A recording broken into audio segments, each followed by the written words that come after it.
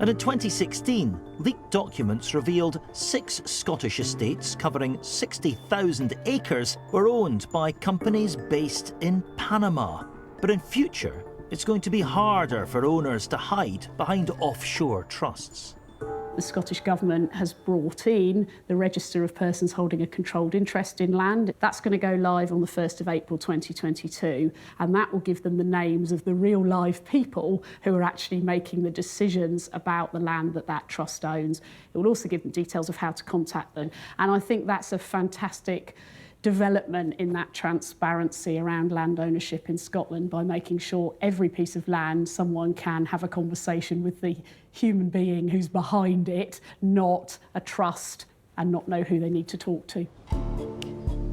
Although the new register will limit secrecy, questions over who should be allowed to own land in Scotland continue, especially when it comes to our forests. This map shows the location of Scotland's forests. A third are held by the Scottish Government and managed by Forestry and Lands Scotland, but there are no official statistics on who owns the rest. Andy Whiteman has done his own research. Some of it is owned by traditional landowners, the Earl of Seafield, the Duke of Buccleuch, many of whom, in fact, in the 19th century were very innovative and planted trees.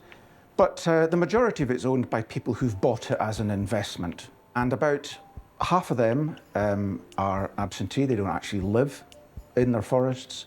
And about 2/3 of those come from outside Scotland. So the biggest private forestry owner now in Scotland is actually the Church of England trustees. How does that investment work? Is it just tax relief? Some of it's tax benefits. Some of it is the fact that it's a very reliable long-term investment. There will probably always be a demand for timber, and you get a decent capital return from it. Many of our current forests were created years ago with that one purpose in mind: timber production. But as the world's changed, so has the way we think about and value our land.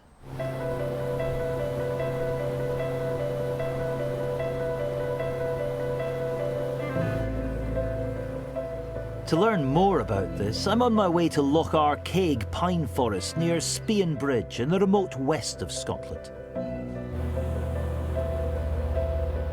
Henry Dobson works for the Woodland Trust. He's the site's manager.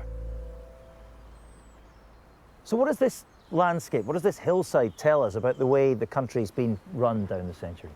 What we can see here really is the Highlands in miniature. So the most obvious thing you've got is this big wall of Sitka spruce, this big wall of North American conifers, which is actually a very unnatural forest planted in the 60s after the Second World War. It's simply to maximise timber production.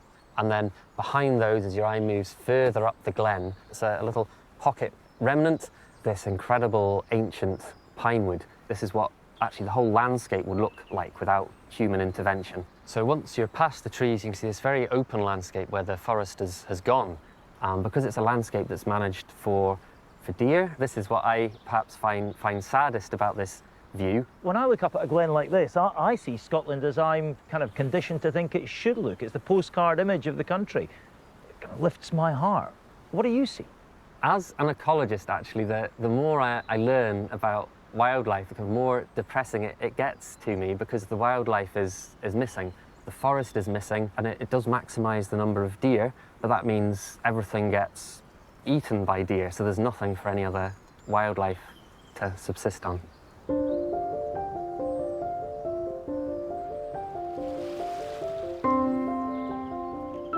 As we enter the forest itself, the consequences of decades of relentless focus on timber production soon become clear. So this is a Scots Pine. 10 years ago when I first saw it, it was alive. Clearly it's not alive anymore. But as these Sitka spruce have grown up around it and shaded it, that's just been too much for it, and it's gone. Why is a forest of these trees a good thing, but a forest of these trees a bad thing?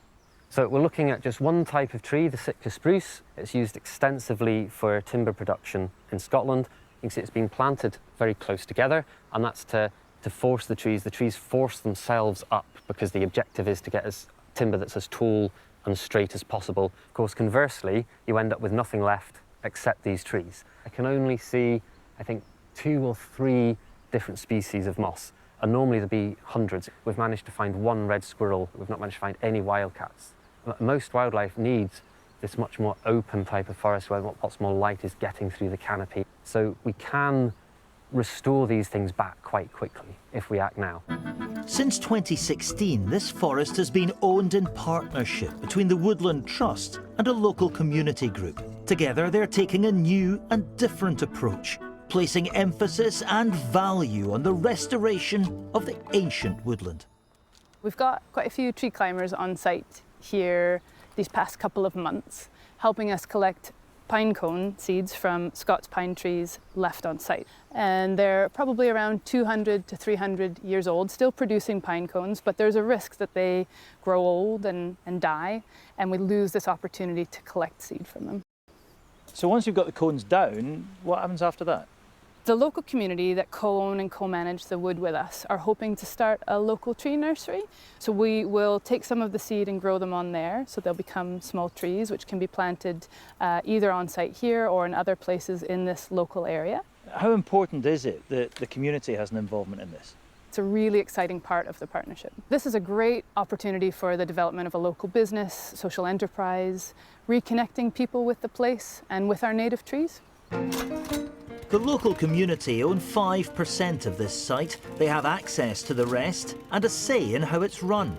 And they've begun to realise its potential, not just for extracting timber, but for local jobs and income. Gary Servant is part of Arkaig Community Forest Group. What kind of jobs are you going to bring here? What's the vision? There's already 2 permanent Woodland Trust staff working on the site, 4 or 5 contractors who already depend on it for their livelihoods. I'm hoping that we'll be able to provide jobs for our kids locally, even if it's just a summer job as a ranger, taking people out in the boat or showing them the bird life or whatever. And it will make us much more resilient, I think, as a community. And it offers us kind of a foundation, I guess, to build around. This renewed focus on Scotland's natural environment has seen a new type of ownership emerge. Heritage or conservation landowners became more prominent in the 80s and 90s. Our design team have been gathering data on how much land is owned like this today. The map includes land owned by National Trust for Scotland, the John Muir Trust and RSPB Scotland. In total, it's thought 2 to 3% of Scotland's land is owned by organisations like these. But in recent years, restoring our natural landscape has become increasingly popular among private landowners, an approach that's often described as rewilding. People mean different things when they use the phrase rewilding. So for some, it's a return to almost an artificial landscape that they have in their head about what Scotland might have looked like centuries ago.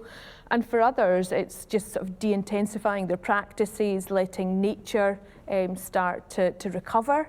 Less machinery, less intervention. But we are seeing people buy estates in Scotland because they're kind of driven by that rewilding agenda.